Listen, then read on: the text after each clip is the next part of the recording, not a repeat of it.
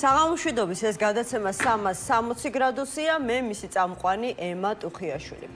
კომისიას არ აღიარებენ, სწავლენ ციხეში. ირაკლი კობახიძის ამ განცხადებიდან უკვე ცხადი იყო, რომ ყველა ვინც საგამოძიებო კომისიაში მონაწილეობაზე უარი თქვა, ციხისთვის იყო განწირული. მხოლოდ დღეს სამი პოლიტიკოსის შესახებ სასამართლოს ვერდიქტი გახდა ცნობილი. 7 თვიან პატიმრობაში გაუშვეს ზურაბ ჯაფარიძე, 8 თვით მამუკა ხაზარაძე და ბადრი ჯაფარიძე დააპატიმრეს. ხვალ კიდევ ერთი პოლიტიკოსის გიორგი ვაშაძის საქმეზე უნდა გამოცხადდეს გადაწყვეტილება. არსებული ტენდენციის გათვალისწინებით წესით ვაშაძეს შეუძლია არც დაელოდოს სასამართლოს გადაწყვეტილებას და თავის ფეხით დილიდანვე გამოცხადდეს საპატიმრო დაწესებულებაში. სასამართლო ვერდიქტი პოლიტიკოსებთან დაკავშირებით მხოლოდ პატიმრობას არ გულისხმობს, ამ განაჩენით მათ 2 წლით თანამდებობის დაკავებაც ეკრძალებათ, რაც მათი პოლიტიკური საქმიანობისა და გეგმებისთვის ძალიან ხელისშემშლელი ფაქტორი იქნება. ლიდერების გარეშე დარჩენილი პარტიები პოლიტიკური ბრძოლის გაგრძელებას აპირებენ, თუმცა ვინ და როგორ ეს საკითხი დაზუსტებას საჭიროებს.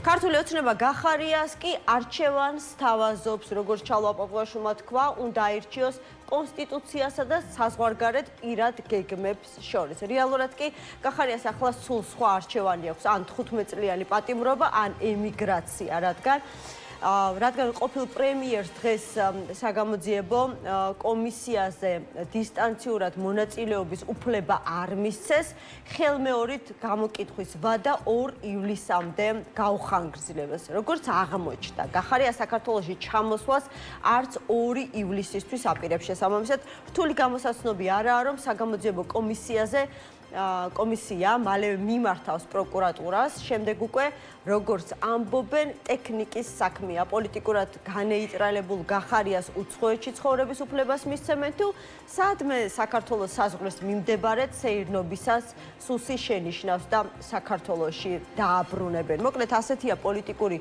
ვითარება ჩვენს ქვეყანაში, მოკლედ შეგვიძლია დავარქვათ გამოცხადებული დაპატიმრების ქრონიკა. გიორგი ვაშაძე, სტრატეგია აღმაშენებლის ლიდერია ჩვენი გადაცემის სტუმარი. მოგესალმებით გიორგი, მადლობა. სალამ, მოგესალმებით. პირველად ხდება სხვათა შორის ჩემს ასე ვთქვათ პროფესიულ კარიერაში, როდესაც თითქმის 100%-იანი სიზუსტით ვიცი, რომ ხვალ ჩემს რესპონდენტს დააკავებენ და სულ მინიმუმ ალბათ 8 თვის განმავლობაში მასთან ინტერვიუს ჩაწერის შესაძლებლობა აღარ მექნება. არასკენ სხვათა შორის ბადრი ჯაფარიძე იყო ჩემი გადაცემის სტუმარი, მაგრამ პირდაპირ გეტყვით, იქ რაღაცა 50%-იანი 50-ზე ალბათობით ფიქრობდი, რომ იქნებოდა საპატიმრო ღონისძიება გამოყენებული თუ არა.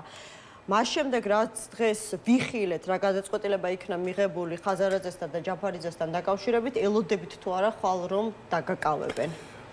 დაკავება რო დროის საკითხია, ეს უკვე ცალსახაა, ხო? არ ვიცი ხა ხვალ იქნება თუ ზეგ იქნება, ეს მათი გადასაწყვეტია, იმიტომ რომ ჩემი პროცესი ერთი თვით ჩამორჩებოდა ზოგადად მამუკას და ბადრის პროცესს მაგალითად და ძალიან დააჩქარეს და ბოლოსკენ არის მისული, ხო? დანჩეს ვნახავთ ხა კიდევ ერთხელ ვამბობ, რომ ხვალ იქნება თუ ზეგ იქნება, ხვალ არის ადვოკატის დასკვნითი სიტყვა, ამიტომ მე არ ელოდებით რომ ხვალვე მოსამართლე მიიღებს საბოლოო დასკვნით სიტყვას. არა, მე ველოდები, რომ შეიძლება ხვალვე იყოს ეს გადაწყვეტილება პირიქით, ამიტომ რა ვიცი, კიდევ ერთხელ ვამბობ, რომ ჩვენ ამ ბრძოლისთვის მზად ვართ, აბსოლუტურად გააზრებული მაქვს რა ბრძოლაში ვართ. პატიმრობისთვის მზად ხარ? რა თქმა უნდა, მზად ვარ, იმიტომ რომ ეს მე პატიმრობისთვის მზად ვარ, ეხლა კი არა, პატიმრობისთვის მზად ვარ, მას შემდეგ რაც ამ რეჟიმის წინააღმდეგ ბრძოლა დავიწყე, როცა ბევრს არ ეგონა, რომ ესენი იყვნენ რუსეთისკენ მიდრეკილები, რომ საქართველოს ევროკავშირს ააცილებდნენ და ნახეთ, ჩემი ასე ვთქვი, ყოველ 2012 წელს მოვედი მე პოლიტიკაში და სულ ბრძოლის წინახაზე ვარ. სამწუხაროდ დადასტურდა ის, რასაც ვამბობდით, ეს არის ანტიდემოკრატიული, ანტიქართული დაჯგუფება, რომელსაც ახლა ჩაგდებული აქვს ძალაუფლება ხელში. და ეხა ეს დაჭერები რატო ხდება, ხო? იმიტომ რომ სხვა გზა საკუთარი ძალაუფლების შენარჩუნების არ აქვს, იმიტომ რომ რეჟიმს სჭირდება უფრო და უფრო დაძაბოს, ანუ ძალა ამით აჩვენოს, იმიტომ რომ ხალხში ვერ გადის, აი ბოლოს როდის მოისმინეთ კობახიძისგან, რომ სამუშაო ადგილი შევქმნიო, ან რამე რეფორმა გააკეთე, ეს აი ბოლო წლებში რამე ხო არ გახსენდებათ ანუ რამე რეფორმა. ოპოზიციის ასე ვთქვათ, განეიტრალებით ცდილობს რომ გაიხანგრძლივოს ძალაუფლება. იმიტომ რომ აბა ეხლა მას რო არ ეშინოდეს ჩვენი გარეთ ყოფნის, კი არ დაგუჭერდა. ხო, ძალიან კარგად ვიცით, ეშინია. აღმოჩნდა რომ გარეთ უფრო საშიშია ხელისუფლებისთვის ოპოზიცია და მისი ლიდერები ვიდრე შიგნით. აი ამ გადასახედიდან, როდესაც ვხედავთ რომ აკავებენ მათაც, ვინც გირაო გადაიხადა, იმიტომ რომ ნაწილმა პრინციპულად გირაოზეც უარი თქვა და ისინი მანამდე ჩასვეს ციხეში. ხომ არ ფიქრობთ, რომ პოლიტიკური თვალსაზრისით უფრო რაციონალური გადაწყვეტილება იქნებოდა, რომ მისულიყავით საგამოძიებო კომისიაზე და არ მიგეცათ სამართლებრივი საბაბი თქვენს წინააღმდეგ სისხლის სამართლის საქმეების აღძურის? თქვენ ერთ რამეში ცდებით, რომ როცა დაკავების გადაწყვეტილება მიღებული აქვს, არ იქნებოდა ეს საფუძველი, იქნებოდა რამე სხვა საფუძველი. მე ხვდით, ამიტომ იმისთვის რომ მივიდოდით თუ არ მივიდოდით, მაგაზე არ არის დამოკიდებული ჩვენი დაჭერა. ეს დაჭერა მათ გადაწყვეტეს, იმიტომ რომ მათთვის პრობლემაა პოლიტიკური ლიდერები გარეთ. და მეორე საკითხი, ხე ჩვენი მისვლით ახლა რაღაცა ნახევრად აღიარებაში ხო არ უნდა შევსულიყავით იმ არალეგიტიმური პარლამენტის, ხო ეგეც ფაქტია. ამიტომ ძალიან ცალსახაა ის პოზიცია, რომელიც ჩვენ გვაქვს, რომ ჩემი პოზიცია არის, რომ არ თანამშრომლობ შენთან, არ მოვდივარ, მით უმეტეს რომ ახლა სამართლე კანონი არ არსებობს, კანონი არსებობს როგორ იცით, აი უბრალოდ ფურცელზე დაწერილი რაღაც ტექსტია, რომლის ინტერპრეტაციას როგორც უნდა ისე ახდენენ. აი ავიღოთ მაგალითად მის რა ქვია, გახარიას საკითხი, ხო? მივიდა კომისიაზე, მაგრამ ხო სხვა საქმე დაუწყეს. გახარიაზე მოგვიანებით ჯერ არა, რა მნიშვნელობა აქვს? ჩვენთანაც ასე იქნებოდა. მე მინდა ვისაუბრო გახარიასთან დაკავშირებით. ხო და არა, ჩვენთანაც ასე იქნებოდა, ხო? ამიტომ ეს ილუზია რომ რაღაცაში შევალ და მე რაღაცა იქნება არ მოხდეს, ეს ტყუილი ამბავია. გახარიასთან საქმეს ისართულებს, რომ ის ფიზიკურად არ არის ქვეყანაში, თუმცა მოგვიანებით თქო თქვენზე მინდა ისე ვისაუბრო. ცდებითო მითხარით და მე კი არ ვცდები, იყო ასეთი განცხადებები, მახსოვს ოპოზიციონერი პოლიტიკოსებისგან, რომ ჩვენ ლიდერები გარეთ გვჭირდება და არა ციხეში, ხომ? ანუ ეს ჩემი მოსაზრება კი არ იყო ასეთი. მაგაზე რას ვფიქრობ, იცით? ალბათ ეს დაკავებებიც და ასე ვთქვათ, ეს ხვედრიც უნდა მივიღოთ ჩვენ თავზე, რომ მეტინდობა იყოს საზოგადოების მხრიდან. შეიძლება ეს საჭიროა რა. და მე საერთოდ არ უყურებ ნეგატიურად ამას, იმიტომ რომ ძალიან ასე ვთქვათ, საღი გონებით უყურებ ამ პროცესს, რომ მუდმივად ქართული ოცნება რას ცდილობს? ცდილობს დათესოს ეჭვი ჩვენში, ჩვენსა და ხალხს შორის, ხო? ვენდო, არ ვენდო. ეხლა საპატიმრო დაწესებულებაში ხა მოდი მამუკა და ბადრი დააკავეს დღეს, ხო? ჩვენ ვიცით რომ ეს ადამიანები საკმაოდ შეძლებული ადამიანები არიან. ძალიან მარტივად იცხოვრობდნენ სოფლიოს ნებისმიერ წერტილში, ბიზნესიც აქვს, შემოსავალიც აქვს, რა ვიცი, ოჯახიც აწყობილი, ყველაფერი დალაგებული აქვს. მაგრამ იმიტომ რომ სამშობლო უყვართ, არ გაიქცნენ და ბოლომდე იბრძვიან, ხო? მე ვფიქრობ დღეიდან მათ მიმართ მეტინდობა იქნება. ასე იქნება ჩემზეც. ბატონო? ვინ გაიქცა? მე არა, მამუკა და ბადრი არ გაიქცათ, ხო, მე 3 დღის წინ ჩამოვედი, აგერ ბრუსელში ვიყავი, შემეძლო დავრჩენილიყავი. თქვენ გონიათ არ მქონდა შემოთავაზება? მქონდა შემოთავაზება, რომ მოგცემთ. ბოსტანში ისვრით დიდქვას? რა შუაშია გახარიას ბოსტანში? არა, გახარია იმყოფება ქვეყნის ფარგლებს გარეთ, უცნობია როდის ჩამოვა. მე მამუკა და ბადრიზე ვლაპარაკობ და ჩემ თავზე ვლაპარაკობ. ანუ კონტექსტში თუ არავის ბოსტანში მე არაფერს არ ვიშ. კონტექსტში თუ ბოსტანი მე არ მაინტერესებს რა, მე მაინტერესებს საქართველოს, ჩვენი ქვეყნის განვითარება.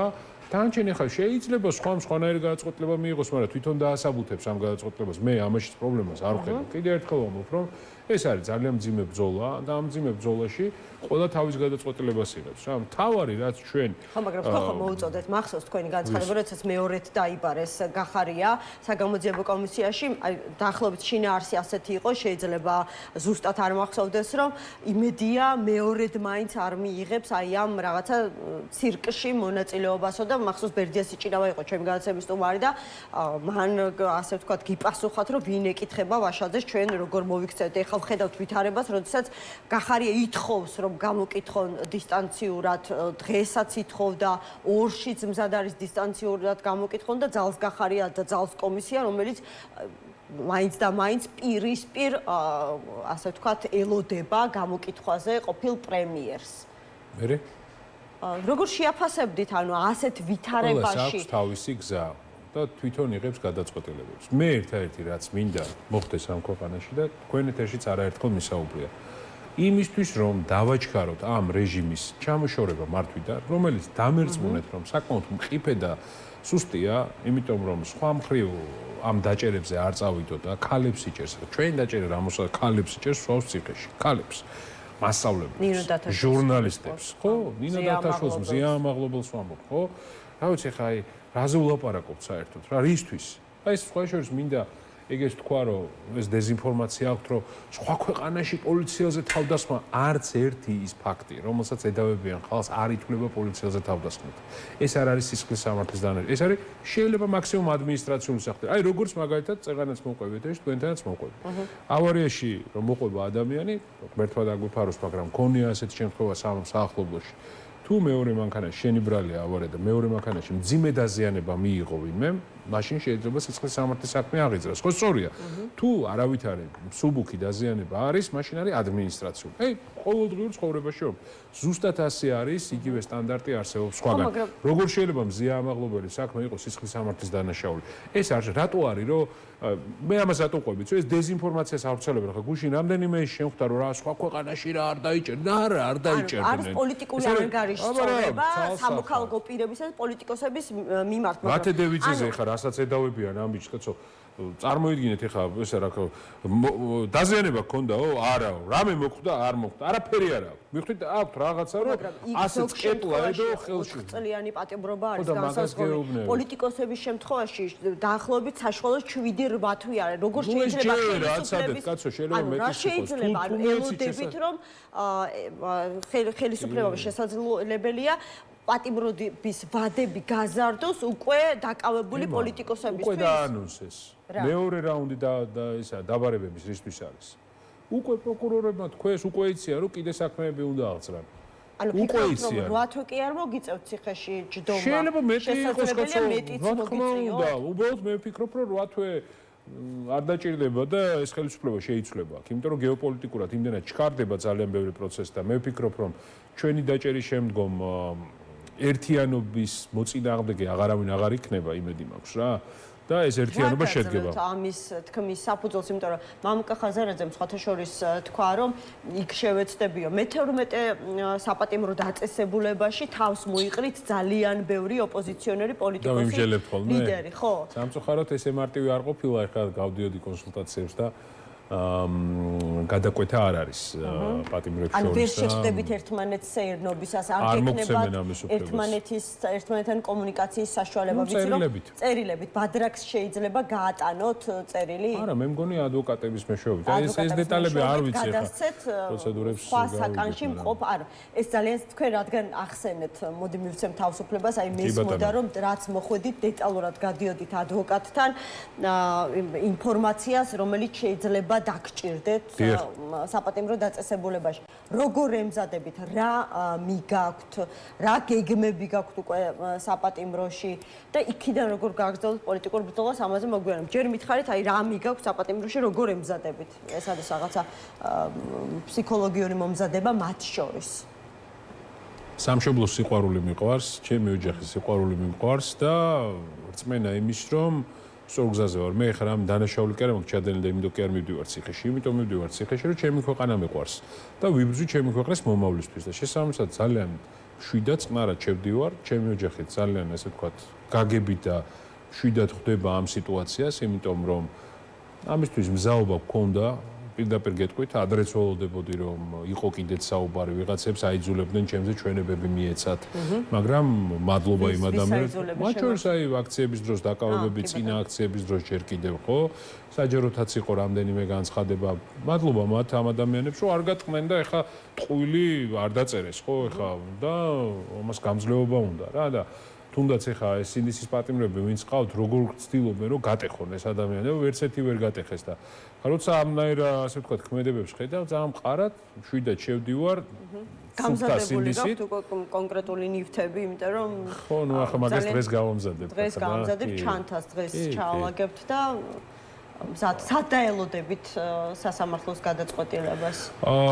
სავარაუდოდ ოფისში ვიქნები, ხვალ, იმიტომ რომ ხვალ-მხოლოდ ადვოკატის სიტყვაა ამ სასამართლო პროცესზე და ვნახოთ ხა როგორ წავა ეს პროცესი, უფრო დააჩქარებს, უფრო ასე ვთქვათ, კიდე შეიძლება ერთი ჩაინიშნოს თუ არა, მე ვიქნები ოფისში, სადაც რამდენიმე შეხვედრა მაქვს, რამდენიმე საუბარი მაქვს ჩაინიშნული უცხოელ პარტნიორებთან, იმიტომ რომ ვფიქრობ, რომ მნიშვნელოვანია ბოლო კომუნიკაციები გავაკეთო სხვადასხვა მიმართულებით და თან ესე დაემთხვა რა, ასე ვთქვათ, თან იქ დილით მაქვს ხოლმე საუბრები და ეს ჩემი მოსამართლე ეგეთია რომ რაღაც 10 საათზე ნიშნავს ხოლმე აუცილებლად. და ბატონო 10 საათზე ადვოკატი იქნება და პროცედურას ადვოკატი გაივლის ახლა.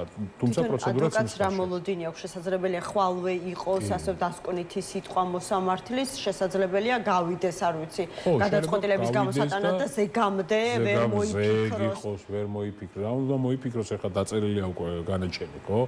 ვერაფერს ვერ მოიფიქრებს ახლა რა და გასაგებია რაც იქნება ამ შემთხვევაში. რაც შეეხება პოლიტიკურ ბრძოლას გისოსებიდან, აი ხაზარაძემ სხვათა შორის ეს შეკითხვაც არსებობდა, რომ თუ დააკავებდნენ ლელოს, შეცვლიდა თუ არა ლელოს საკუთარ პოლიტიკურ გეგმებს ადგილობრივ არჩევნებში მონაწილეობა არ მონაწილეობასთან დაკავშირებით. დღეს თქვა ხაზარაძემ, რომ არა. და მეტიც ის არ ვიცი საპატიმროდან შეეცდება დაარწმუნოს კოლეგა ოპოზიციონერები, რომ აუცილებელია ერთიანობა მათ შორის აი ამ საარჩევნო ბრძოლაშიც რო იქნება ერთიანობა, ჩვენ თბილის გამოვგლეჩთო ქართულ ოცნებას. არ ვიცი იქ მართლა კომუნიკაციის რა საშუალება გექნებათ თუ არა წერილებით მიმოწერის საშუალება, თუმცა დარწმუნებული ვარ ხა ყველა გაიგებს რას წერთ ერთმანეთს და რა გეგმა გაქვთ. მოკლედ როგორ აპირებთ პოლიტიკური ბრძოლის გაგრძელებას უკვე გისოსებიდან? მე გეტყვით, ესე იგი, მე ვფიქრობ, რომ ჩვენი დაკავების შემდგომ ჩვენი მთავარი ამოცანა უნდა იყოს დიდი ერთიანობა, დიდი ერთიანობის მობილიზება. ხვალ არის კიდეც ჩაანიშნული სალომე ზურაბიშვილთან წინააღმდეგობის პლატფორმის და მე იმედი მაქვს, რომ ცოტა უფრო გაფართოებულიც იქნება ეს შეხვედრა. უნდა გადავდოთ ყველა პარტია, ეს თქვათ სტრატეგია აღმაშენებელი ელოა ასე შემდეგ რაციონალობა. უნდა ვთქვათ, რომ ეხლა ჩვენ ვართ ყველანი ერთად, მანამ სანამ არ მოვიშორებთ ბიძინა ივანიშვილის რეჟიმს. ერთიანობა გულისხმობს ერთად მუშაობას ყოველდღე, ერთიან შტაბს, არჩევნები საპარლამენტო იქაც ერთად გასვლას, იმისთვის მზადებას და წნეხის შექმნას, ხო? მე ვფიქრობ, რომ შემოდგომიდან, ანუ სექტემბერი-ოქტომბრიდან საკმაოდ სერიოზული პროცესი დაიწყება საქართველოშიც. ამასობაში მე ველოდები კონკრეტულ გადაწყვეტილებებს, როგორც ბრიუსელიდან, ასევე ვაშინგტონიდან, ლონდონიდან და სხვა ქვეყნებიდან, რაც იქნება სასანქციო, ასე ვთქვათ, არა მხოლოდ სასანქციოც იქნება და ბევრი სასანქციოც იქნება და სხვა ბევრიც იქნება კიდე. სხვა რა ტიპის გითხართ, ანუ რა მოლოდინები გაქვთ, იმიტომ რომ თქვენს ამომრჩეველსაც ხო უნდა გაუმხილოთ, ან ხალხს ვინც უკმაყოფილოა ის რაც ხდება. არ არის სწორი, ხა ჩვენ ვისაუბროთ იმ პოლიტიკაზე, რომელიც ახლა ყალიბდება ბრიუსელის მხრიდან.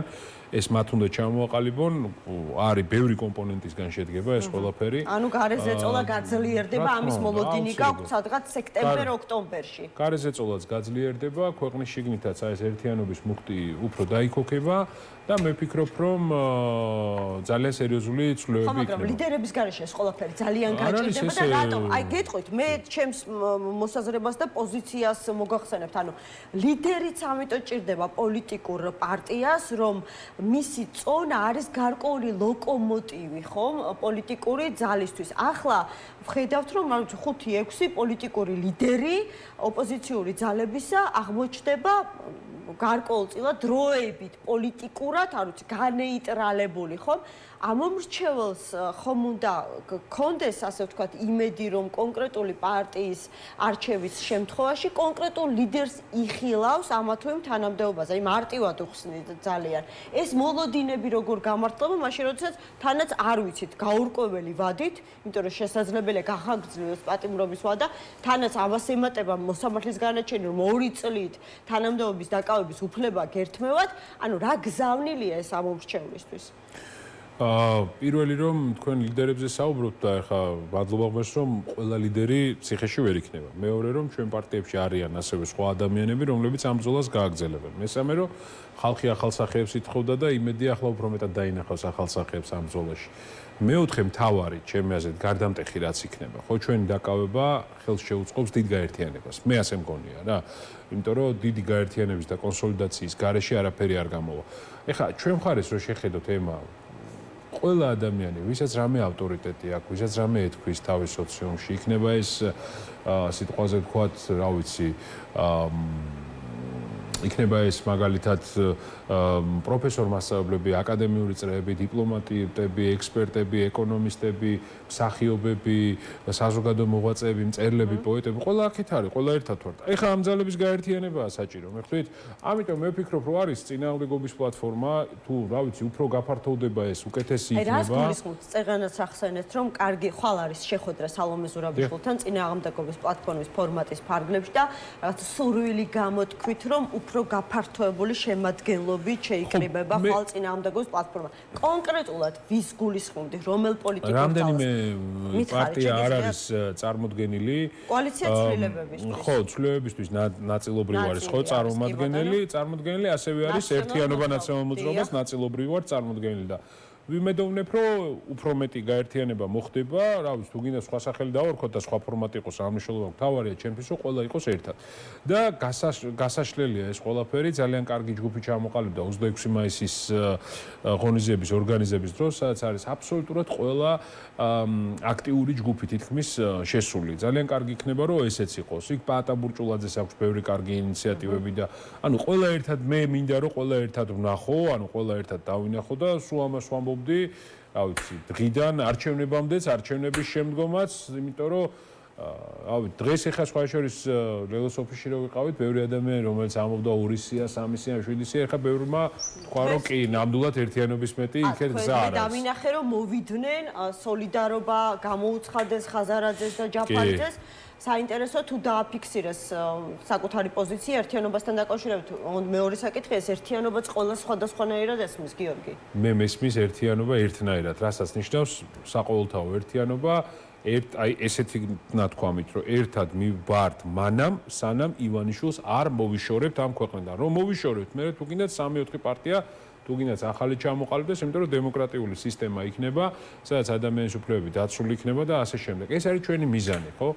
კიდევ რაც არის აუცილებლად, რომ ხალხს და საზოგადოებას ისიც მინდა უთხრა, რომ ძალიან ბევრს კარგავთ ხალხო რა. აი ბრიუსელში რო ვიყავი, ჩვენს პარალელურად მოლდოვის დელეგაცია იყო, რომელიც 2 მილიარდი მიიღო უკვე, ხო? მარტო პირველ წელს რა კანდიდატის სტატუსის შემდეგ და ამის ათვისებაზე, სოფლის მეურნეობაში, ტურიზმში, სამუშაო ადგილების შექმნაში, პროფესიული განათლებების შეძენაში, ტექნოლოგიურ განვითარებაში, ინფრასტრუქტურის განვითარებაში არ გვჭირდება ეს? გვჭირდება, იმიტომ რომ ძალიან გაჭირვებული ქვეყანა, განათლება, ჯანდაცვა, 2 მილიარდი ცოტაა, ძალიან ბევრია. ამას ვკარგავთ, ხო? იმიტომ რომ ეს ხალხი არიან. აი, იგივე ხა კითხვა მინდა დაუსვა, ხა ჩვენ რო გვაპატიმრებენ, კაცო. რაც მე გამომივლია, მე ძალიან ასე ვთქვათ, ყველა ჩემი გაკეთებული საქმის წინდამხედრია ბევრჯერ პოზიტიურადაც, ხო? აი ამ ხალხს რა აქვს გაკეთებული რა? აი მე რომ მედავება ეხა კობახიძე და პაპუაშვილი, რა გაუკეთებიათ კაცო, პრემიერი ის არიან, პარლამენტის თავმჯდომარე, ერთი მაინც თქვა, რომ აი მე ეს გავაკეთე. აი ეს საქმე გავაკეთე. მე შემიძლია ვთქვა იუსტიციის სახლები, შემიძლია ვთქვა ბიომეტრიული პასპორტები, ID ბარათები, რა კომპიუტერული ცოდნის ცენტრები, უამრავი კიდე რამდენი პროექტი გავაკეთეთ, ხო? რომელიც იყო მაგალითი მთელი მსოფლიოსთვის და საქართველოში რომ შეცვალა ამან დამოკიდებულება სახელმწიფოსა და ადამიანს შორის, ეს ხო ძალსახა მოქალაქეზე ორიენტირებული გახდა. თვითონ რა გააკეთეს? აი რა გააკეთა? რო იჭიმება ამ ტელევიზორში პოლიციის უკან ამოფარებული, ზურგს უკან ამოფარებული მშიშარა ერთი მხდალი ადამიანები, მეტი არაფერი, მშიშრები არიან, ხო? მშიშარა ადამიანები არიან, მშიშარა ხალხი იწევა ასე, რომელსაც ცხოვრებისეული კომპლექსები აქვს შიშების, ხო? რომელსაც ხალხში არ გამოეყოფა თავი, ქუჩაში ვერ დადიან. და ეხლა რა შვებია, რომ პოლიციით უნდათ რომ აგიგრძალონ თქვენ, რომ თუნდაც თქვენი აზრი გამოთქვათ ამ ადამიანებზე და სადამდე მივლენ, როდემდე მივლენ. აუცილებლად დამთავრდება ეს ყველაფერი. გამოვიდეს და თქვას, აი, ხო, ხვალ თუ ზეგ მე დამიჭერენ, ხო?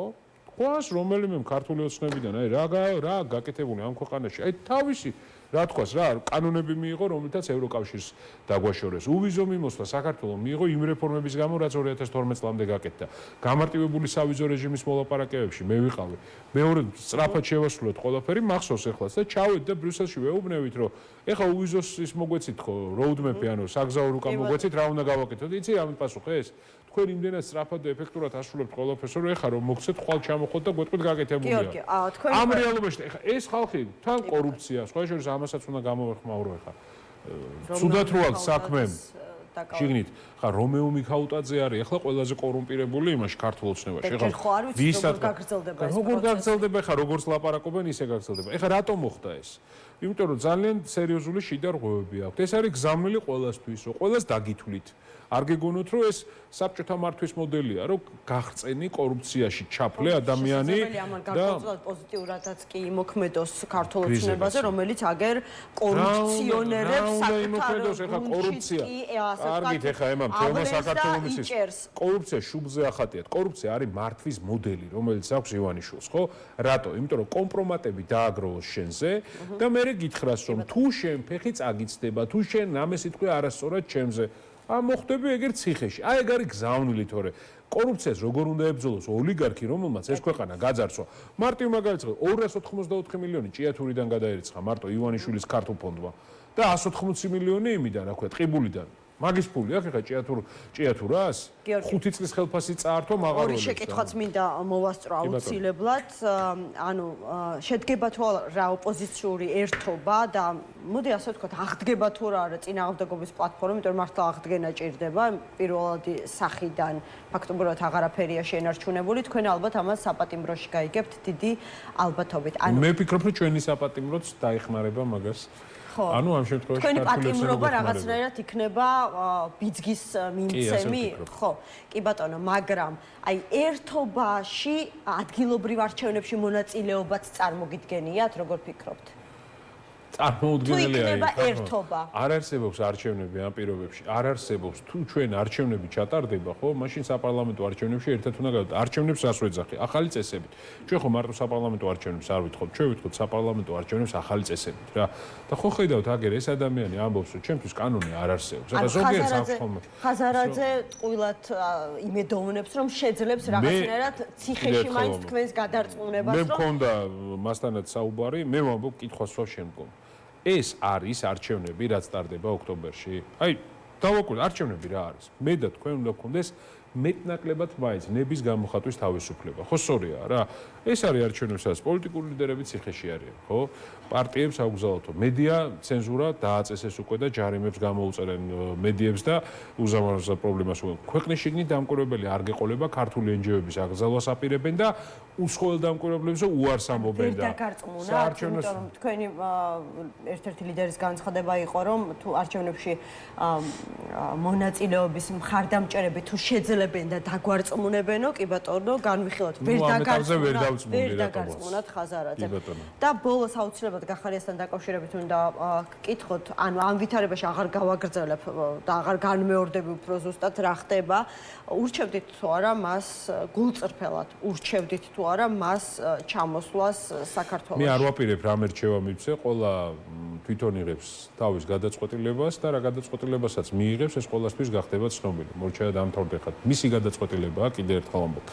მე პირადად ვიყავი უცხოეთში, აგერ 3 დღის წინ ჩამოვედი, ხო? სხვამ შეიძლება სხვა გადაწყვეტილება მიიღოს, მაგრამ ნამდვილად არ ვაპირებ, რომ ამის გამო ვინმე, ასე ვთქვათ, ნებისმიერი გადაწყვეტილების გამო გავაკრიტიკო. ისთვისაც გავაკრიტიკებ გახარიას და მის გუნდს ეს არის, რომ ერთიანობაზე მუდმივად უარს ამბობენ. ეს არის წინააღმდეგობის პლატფორმაში არ გამოჩენილი. არ არიან ეხა ფაქტობრივად არ არიან იქაც და მე ვფიქრობ, რომ იმედი მაქვს, რომ ეს დაკავებებიც და დაჭერებიც მათაც მიეხმარება იმაში, რომ ერთიანობისკენ ნაბიჯი გადადგან. დაანჩენ ეხა რა გადაწყვეტილებას მიიღებს გახარია, როგორც აწონდაწონის ნებისმიერი ამ გადაწყვეტილებას პირადად იღებს. ვერც ვერავინ მე ვერ დამაძალებს ამ გადაწყვეტილებას და მეც ვერ დავაძალებ და მოწოდებაც კიდე რა ასე გააკეთე თუ ისე გააკეთე, ეს საერთოდ არასწორი მგონია ჩემი აზრით ამ სიტუაციაში, ხო? ამიტომ დაანჩენი პრეტენზია თუ რამეზე შეიძლება მქონდეს არჩევა თუ რა ვიცი, როგორც გინდათ ისე ჩატყოთ, შეიძლება არც მოისმინონ, შეიძლება არც მიიღონ, მაგრამ ჩემი აზრით ერთიანობაზე უარი არის ნომერ პირველი პრობლემა დღეს ქვეყანაში.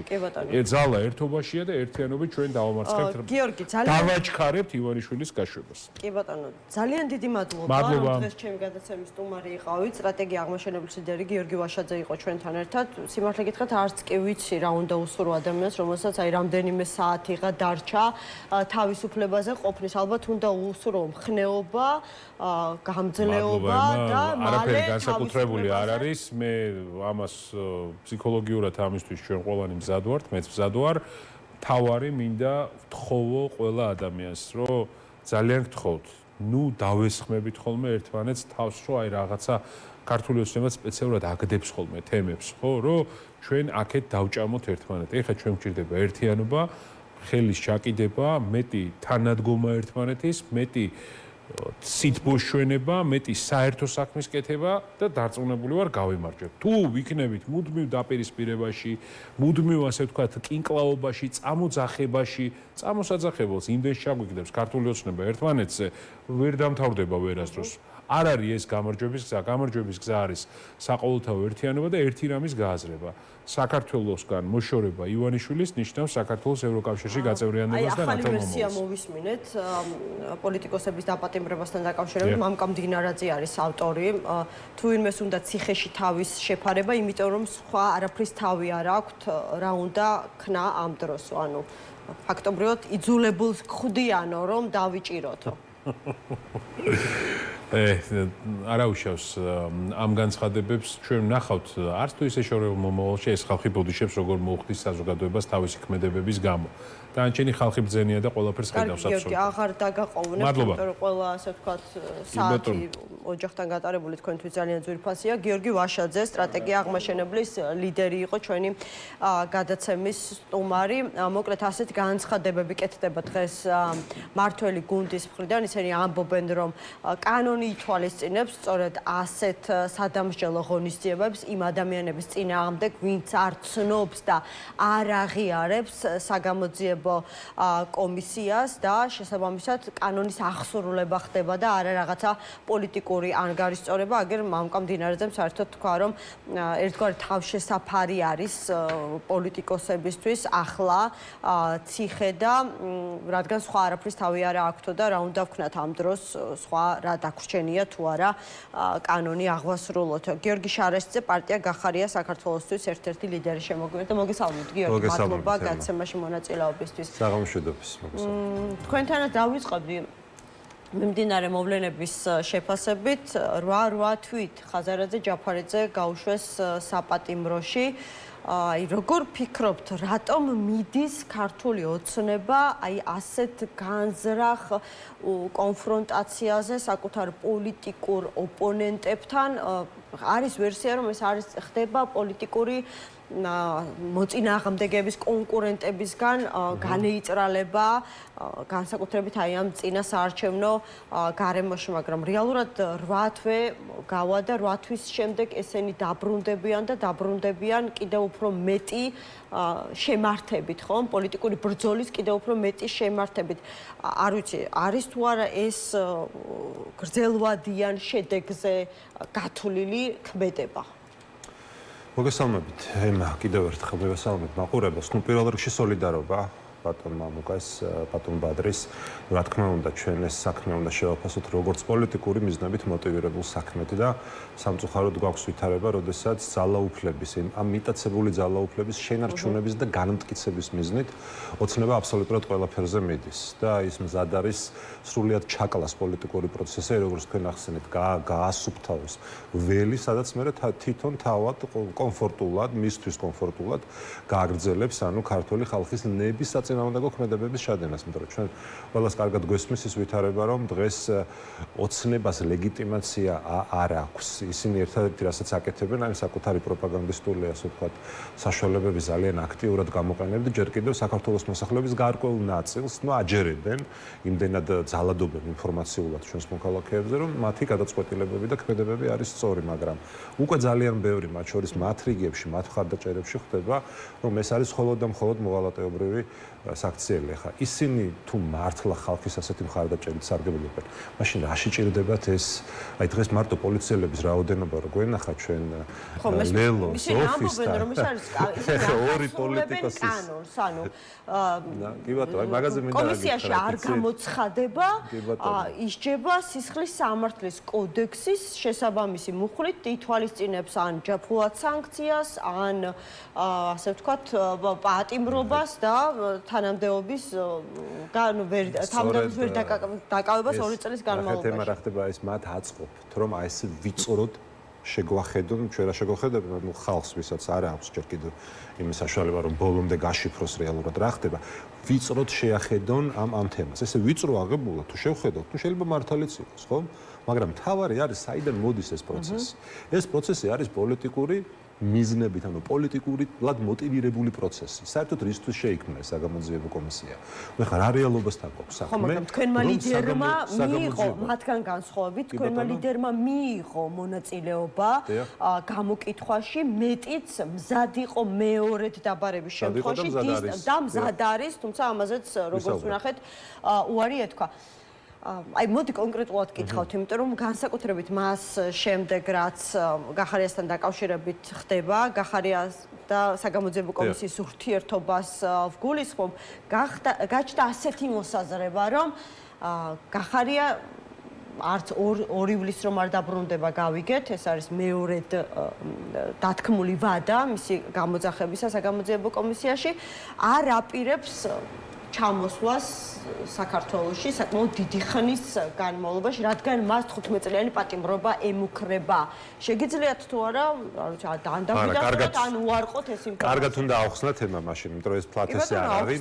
ფლათესი არ არის. ნახეთ, მივიღოთ შეკითხვაზე, აპირებს რომ გახარია საქართველოში დაბრუნებას. პირველ რიგში უნდა ვთქვათ, რომ ბატონი გახარია საქართველოში არ ყოფნა, საერთოდ არ უკავშირდება ამ კომისიაზე დაბარება არ დაბარებას. იმ დროს, როდესაც მან ეს მოწვევა ჩაიბარა, მაშინ მას უკვე ჰქონდა დაგეგმილი ვიზიტი. საკმაოდ დიდი ხნის წინ დაგეგმილი ვიზიტია, როგორც ევროკავშირის წევრ სახელმწიფოებში, ასევე ამერიკის შეერთებულ შტატებში და ეს ფათაშორის ოცნება მათ ძალიან კარგად იცოდა. კი ბატონო, შეგხვდებით, რომ ეს შეკითხვებიც იყო, როდის მთავრდება ეს ვიზიტი? აქვს არა უკან დასაბრუნებელი ბილეთი? კი ბატონო, მაგრამ ნახეთ, სანამ ამაზე ვისაუბრეთ, უნდა ჯერ ეს ავხსნათ საერთოდ რატომ გახდა ესეთი აჟიოტაჟი მის ჩამოსვლასთან დაკავშირებით, ხო? ანუ რაც შეეხება დისტანციური ჩართვის, ასე ვთქვათ, მეთოდს. ეს ამ კომისიის დებულებაში წერია.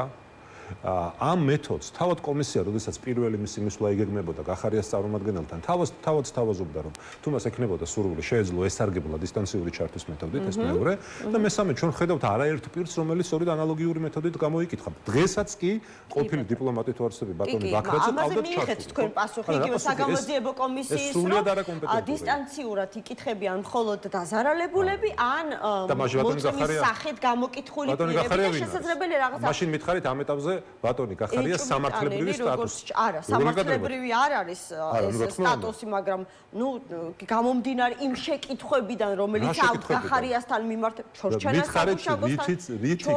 საგუშაგოსთან დაკავშირებით. ბატონი გახარია სამართლებრივი სტატუსი, მაგალითად, თუნდაც ბატონი ბაკრაძის სტატუსისგან. ჩვენ ახლა სამართლებრივ ჭრილს საუბრობთ თუ საუბრობთ პოლიტიკურ სარჩულზე.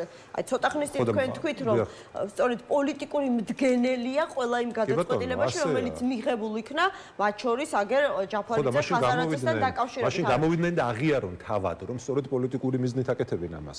ანუ ნახეთ რა ხდება ემა, ერთის მხრივ თითქოს ცდილობენ, რომ სამართლებრივად დაასაბუთონ, რომ თურმე ეს კანონით ასე უნდა იყოს, მაგრამ მეორეს მხრივ პოლიტიკურად აკეთებენ და მაშინ თქვენ რომ კი ბატონო პოლიტიკურად ვაკეთებთ, ასე გვინდა და გაგუდის და ვაკეთებთ სიტყვაზე, ხო? ანუ რეალურად ესეთი ვითარება გვაქვს, იმიტომ რომ სამართლებრივად არანაირი უფლება, რომ მოითხოვონ მისი ფიზიკურად მისვლა კომისიაზე, მათ არ აქვთ.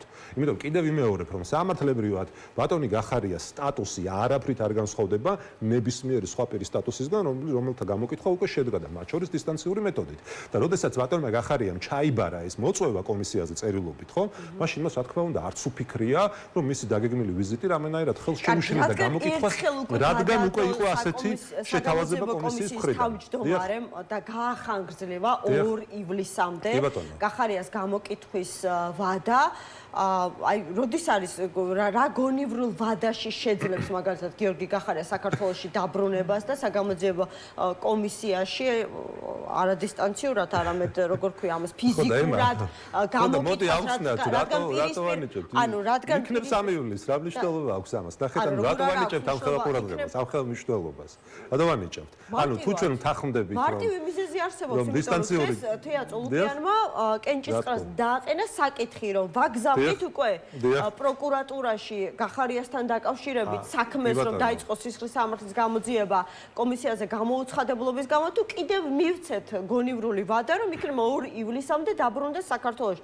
თუ კი ხედავთ, რომ ყველაფერში არის პოლიტიკური მდგენელი, მიუხედავად იმისა, ამას აღიარებს საჯაროდ ხელისუფლება თუ არ აღიარებს, ხომ?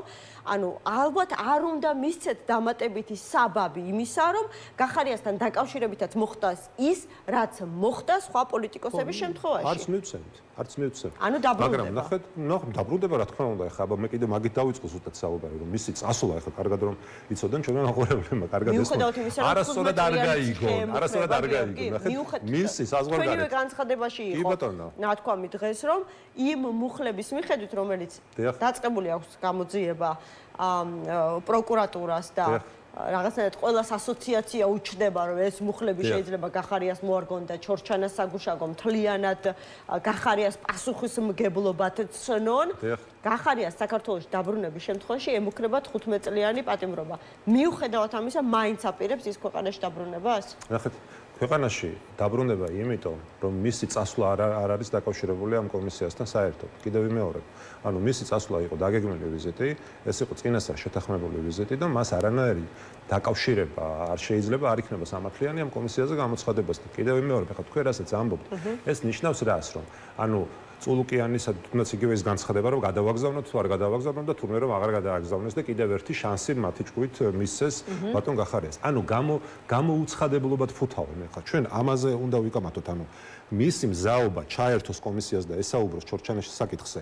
ითოლება გამოუცხადებლობად თუ არ ითოლება გამოუცხადებლობად. მოდი ეს შევაფასოთ ჯერ ძალიან კარგად და კიდევ ვიმეორებ, იქიდან გამომდინარე, რომ დებულებითაც არის გათვალისწინებული. პირველ შემთხვევაში თავად თავაზობდნენ ბატონ გახარიას და ახლაც გვაქვს არაერთი პრეცედენტი ამ ადამიანების პირების გამოკითხვის დისტანციური მეთოდით. ბუნებრივია, როდესაც პირი ამ შემთხვევაში ბატონი გახარია აცხადებს მზაობას ჩაერთოს კომისიას, ბუნებრივია მისი ჩართვა ჩვეულებრივად შეიძლება მივიჩნიოთ როგორც კომისიაზე გამოცხადებად.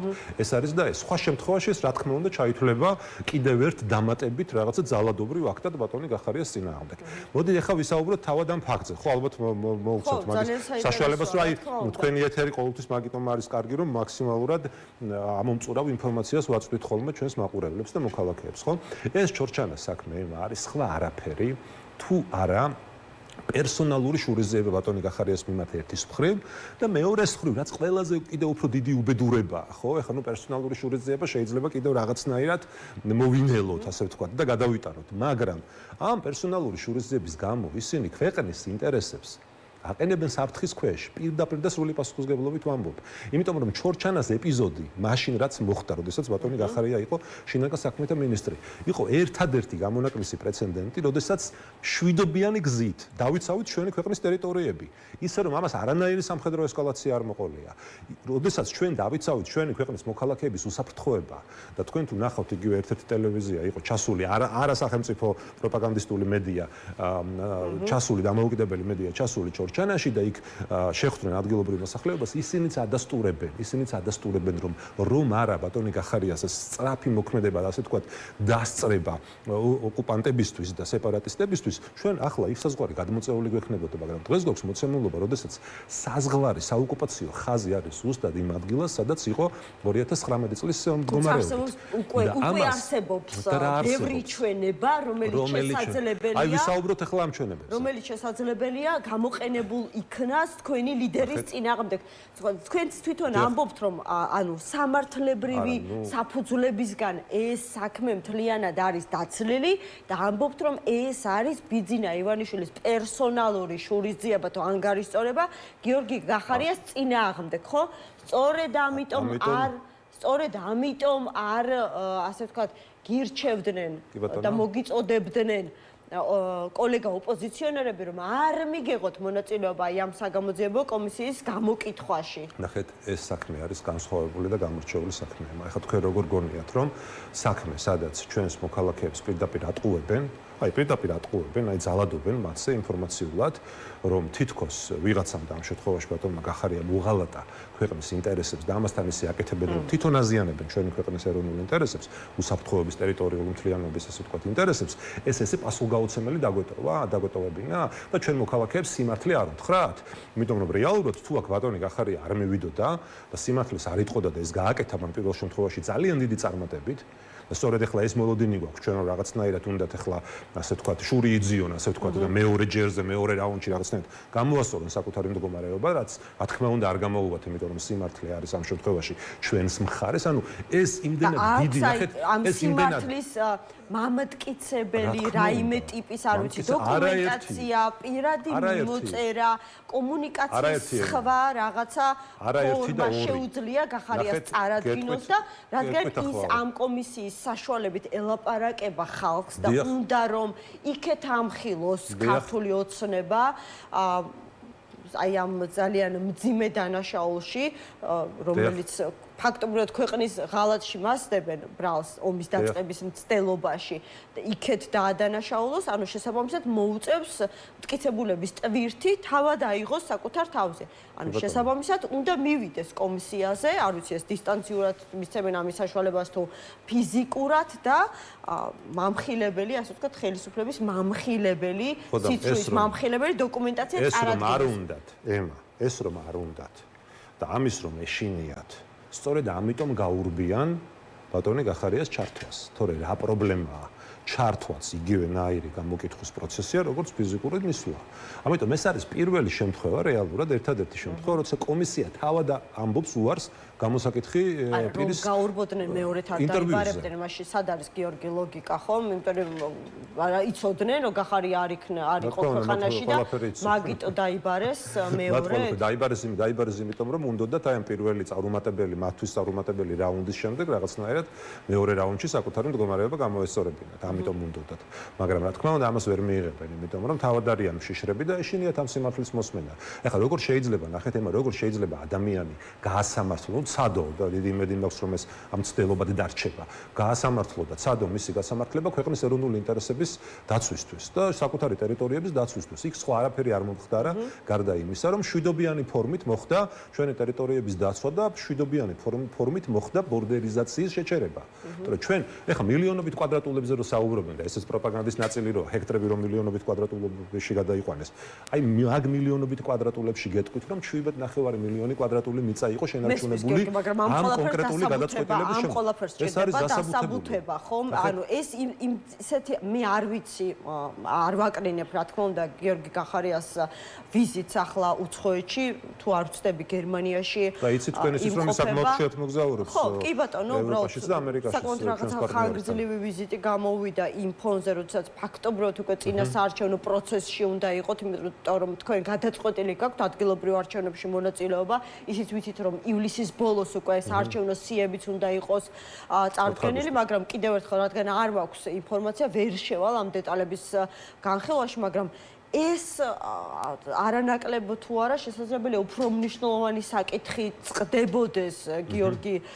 გახარიასთვის დღეს საქართველოში და აი რა უდგას წინ საქართველოში დაბრუნებას თუნდაც კომისიაში მონაწილეობის მიზნით აი ეს ცოტა კითხვის ნიშნებს მიჩენს. ნახეთ ეს ხომ არ არის პირველი ვიზიტი ბატონი გახარია ძალიან ხშირად მოგზაურობს ევროპაში და მათ შორის ამერიკის შეერთებულ შტატებში და ეს არის მისი მორიგი ვიზიტი ხა ის საკუთარი შეხვედრების გრაფიკს და განრიგს ხა ნამდვილად ვერ უთანხმებს სულუკიანს და ოცნებას. შეთანხმებაზე ვერ შეწყებებს, თუნდაც აი 2 დღით ვერ გადაანაცვლებს, ვერ დააკორექტირებს, როდესაც მისი, ასე ვთქვათ, ყოფნა არ ყოფნის საკითხი დგება ფაქტობრივად, იმიტომ რომ დისტანციურ ჩართვასთან რა პრობლემა გვაქვს? მე მგონი იგივენაირად შეუძლია ესაუბროს კომისიას. ხო, მაგრამ ნუ აი ამ ჯინიანობის პროცესში ამის დრო არის, ახლა აი ეს მინდა ელემენტარულად ვიკითხო, როდესაც ზესახელმწიფოებრივი საკითხი დგება, თქვენ ამბობთ, რომ ქვეყნის ინტერესები წყდება ამ კონკრეტულ მომენტში. ამიტომ ეხლა მე მგონი ჯინიანობის ადგილი რომ აი ჩამთე დისტანციურად და არა მოდი ფიზიკურად და არა ჩამთე დისტანციურად რატომ არ მაძლევ ამის საშუალებას მე მგონი უადგილოა. კანონით მონიჭებული უფლებამოსილება ამას ყველა ადამიანი ეცდება რომ ბოლომდე ეს უფლებამოსილება შეინარჩუნოს და საკუთარი უფლებები დაიცვას ახლა. მოდი ასე ვთქვათ ახლა ოცნების ჭკუაზე რატო უნდა ვიაროთ მაშინ მოდი ესე ვთქვათ ხო? კანონით მინიჭებული უფლებების დაცვა საგამოძიებო კომისიაში რომელიც არის უკანონოდ შექმნილი, ანუ ამას ამბობთ, ისევ თქვენ აი ჩვენ თავიდანვე ამბობდით იმას, რომ ეს არალეგიტიმური კომისია და ამ კომისიაზე მისვლა არ ნიშნავდა არანაირად ამ კომისიისთვის ლეგიტიმაციის მინიჭებას. ჩვენ თავიდანვე ამბობდით, რომ ეს კომისია არის შექმნილი პროპაგანდისტული მიზნებით, იმისთვის, რომ მაქსიმალურად მოხდეს მოსახლეობის ჩვენი მოქალაქეების ყურადღების გადატანა იმ რეალური პრობლემებიდან და დანაშაულებიდან, რასაც ჩადის ოცნება, სულ სხვა პრობლემებზე.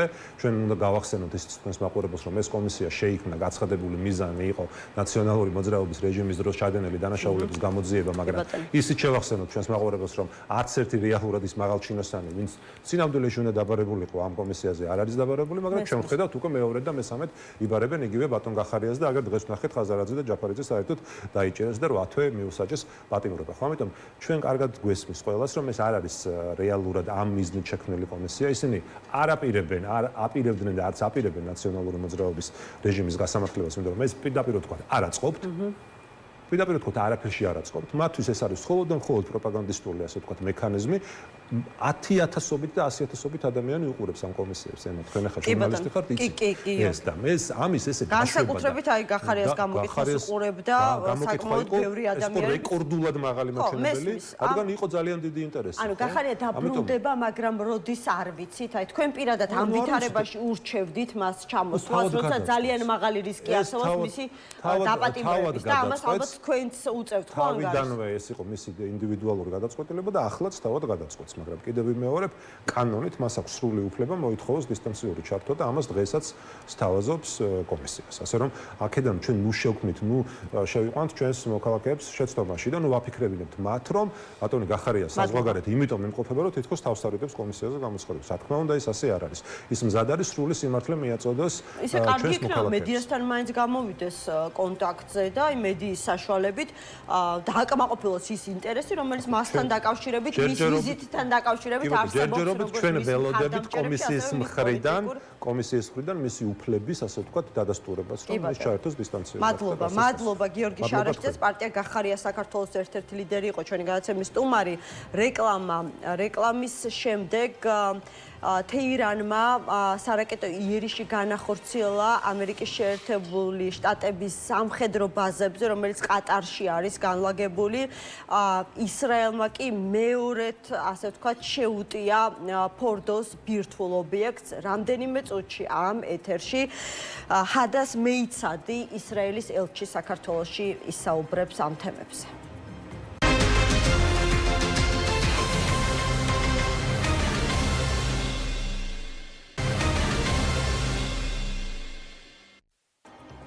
მაშას ჩვენ დავბრუნდით ეთერში ჰადას მეიცადი ისრაელის ელჩი საქართველოშია ჩვენთან ერთად ბოდიშს ვუხდით მასაც და ჩვენს მაყურებელსაც თუმცა საკმაოდ ასე ვთქვათ რთულია ხოლმე ტექნიკურად უზრუნველყო სინქრონული თარგმანი ამიტომ დაგჭირდა ცოტა დრო და იმედი გვაქვს რომ ახლა შეფერხებების გარეშე გავაგრძელებთ ჩვენს ინტერვიუს მე საუბრობდი იმაზე რომ ზუსტად 10 დღე შესრულდა დღეს მას შემდეგ რაც ისრაელმა ირანში სამხედრო ოპერაცია დაიწყო. ნახეთ ამერიკული შეიარაღებული ძალების შეტევა განხორციელებული სამ საკვანძო ბირთვულ ობიექტზე ირანში. დღეს ასევე ისრაელის ძალებმა კიდევ ერთხელ შეუტიეს ფორდოს ობიექტს. თუ შეგიძლიათ გვესაუბროთ და გვითხრათ რა ზიანი მიადგა ირანის ბირთვულ პოტენციალს და რამდენად ახლოს არის ისრაელი გაცხადებულ მიზანთან, რომ ირანმა ვერ შეძლოს ვეღარასოდეს ბირთვული იარაღის წარმოება. Thank you very much, Emma, for having me tonight, and I'm glad that the technical issue is behind us. If I may take one step backwards, I will say that the current operation that Israel launched almost more than Israel and Iran has been in a long armed conflict for a long time. We came to the understanding that unless we will act now, find ourselves facing a reality, a point of no return in the Middle East. და ეს არის ახლო აღმოსავლეთის რეგიონში მიმდინარე პროცესები. To deal with this existential threat and to attack ჩვენ უნდა მოახერხოთ მასთან გამკლავება. I cannot give you an exact estimation because I think that we are still in the process of assessing and quantifying the damage, but და რაც შეეხება იმ დაზიანებას და ირანის შესაძლებლობა, რომ ეს განახორციელოს ბევრი წლის განმავლობაში მიმდინარეობდა 15 წელი დაახლოებით, თუმცა ზუსტად ვიცი, რომ ეს იყო მნიშვნელოვანი ზიანი და ამერიკულ თავდასხმაც ასევე იყო მნიშვნელოვანი 2 დღის წინ რაც განხორციელდა, მათ ჰქონდათ ზუსტი დამიზნება ამ ობიექტებზე და ვიცით რომ მან დიდი ზიანი მიაყენა ირანს. ეს საკმაოდ დიდი დაზიანება იყო მათთვის. ერთი დეტალი მინდა დავაზუსტო. I want to clarify one more detail. ვრცელდება ინფორმაცია, მათ შორის ირანული წყაროებით, რომ ირანელებმა ფორდოს ობიექტიდან მოახერხეს და გაიტანეს გამდიდრებული ურანის გარკვეული რაოდენობა. სახელდება მაგალითად 408 კილოგრამი 60%-მდე გამდიდრებული ურანი, რომელიც არის დაახლოებით იმ კონდიციამდე მიყვანილი, საიდანაც შესაძლებელია ბირთვული იარაღის დამზადება თითქოს და გადამალეს შედარებით უფრო მცირე ბირთვულ ობიექტზე, რომლის მიგნებაც რთულია. შეუძლია თუ არა ისრაელის მხარეს ან დაადასტუროს, ან უარყოს ეს ინფორმაცია? I cannot give you an immediate answer to this. I've heard it. I think that it was also referred to by the Director General of the IEA, Grossi, in his statement today. თუმცა რაც ვიცით არის ის რომ Iran has been in a constant ირანი მუდმივად არღვევს და responsibility vis-a-vis the non-proliferation. რომ არ გაემდიდრებინა ურანი და არ შეექმნა ბირთვული იარაღი. To hide a highly enriched uranium. გადამალვა ამ გამდიდრებული ურანის. Very much telling about the nature of this. თუნდაც ეს ფაქტიც ბევრს საუბრობს მათზე. On this. რომ არა 13 ივნისი, როდესაც ისრაელმა სამხედრო, ასე ვთქვათ, სარაკეტო იერიში განახორციელა ირანზე, აი რამდენ ხანში ექნებოდა ირანს ბირთვული იარაღი. შეგვიძლია ამაზე ვისაუბროთ? So the specific breakaway time, I think that there are different estimations. სუსტად რთული ამის თქმა სხვადასხვა შეფასებები არსებობს. თუმცა ისინი იყვნენ იმ ზღვარზე, რომ შეექმნათ ის და ეს იყო შანსი, რომ ეს გაეკეთებინათ. და რა ჭირდებოდა ირანს, რომ ქონოდა ატომური ენერგია? Quite a large arsenal or used to have because now და მას აქვს საკმაოდ დიდი არსენალი რომ შექმნას ეს operation that we have been conducting. But they do have the means of delivery. We are talking about an industry that produces. და რაც შეეხება ამ ინდუსტრიებს ამ სფეროში, ბალისტიკური იარაღის 4000 კილომეტრის მეშვეობით მდებარეობს. Highly enriched uranium. And we know that Iran has enriched to already 60%. და ჩვენ ვიცით რომ ირანმა გამდიდრა ეს საკმაოდ for 60% for this 60%-ით ეს არის საკმაოდ დიდი რაოდენობის და ეს არის სხვადასხვა ორგანიზაციის ევროკავშირის მათ შორის ატომური ენერგიის აგენტოს ინფორმაციით და ჩვენ ვიცით რომ ეს არის ძალიან საშიში ნაბიჯი რომელზემდეც ისინი მივიდნენ And all of this three together ეს ყველაფერი ერთად გვაძლევდა იმის საშუალებას გვეფიქრა რომ გვიანი იქნებოდა მოგვიანებით და ჩვენ უნდა გვესმოდეს რას გადაწყვეტა ეს რეჟიმი და რას ნიშნავდა ეს not only in the Middle East და ეს იქნებოდა დანაკლისი სტაბილურობის არა მხოლოდ ჩვენს ქვეყანასთან, არამედ მთლიან ახლო აღმოსავლეთში. ასევე ძალიან მნიშვნელოვანია, რამ შეიძლება, ასე ვთქვათ, მიგვიყვანოს ცეცხლის შეწყვეტის გადაწყვეტილებამდე. ვრცელდება ასევე ინფორმაცია, რომ ისრაელმა ამერიკის შეერთებულ შტატებს მიაწოდა ინფორმაცია, რომლის თანახმადაც ერთი კვირა ჭირდება იმისათვის, რომ სამხედრო ოპერაციებით მთლიანად გაარადგუროს ირანის ბირთვული პოტენციალი. ამის შემდეგ მზად არის, მას შემდეგ რაც ეს მიზანი იქნება მიღწეული, შეწყვიტოს ცეცხლი. ოღონდ ამავე დროს იტოვებს უფლებას, რომ განაახლებს ისევ დარტყმებს თუ კი ასე ვთქვათ გაჩნდება ეჭვიც კი იმისა რომ ირანი ისევ იწყებს აი ამ ბირთვული პოტენციალის აღდგენაზე მუშაობას. აი შეგიძლიათ თუ არა ეს ინფორმაცია დაგვიდასტუროთ ან უფრო მეტი დეტალი მოგვაწოდოთ არის თუ არა შესაძლებელი ერთ კვირაში ცეცხლის შეწყვეტის კონდიციამდე მივიდეთ. I can quote my prime minister who მე said შემიძლია ჩემ პრემიერ-მინისტრის განცხადება მოვიყვანო. Until all the objective of our ომი გაგრძელდება იქამდე, სანამ ყველა მსგავსი ობიექტი არ განადგურდება. და ეს შეეხება ატომურ ენერგიას და ბალისტიკურ შესაძლებლობებს. ირანმა განიცადა საკმაოდ დიდი დაზიანება. ეს იყო ამერიკის ზუსტი თავდასხმა. და მე რა თქმა უნდა ეს ინფორმაცია გავიგე.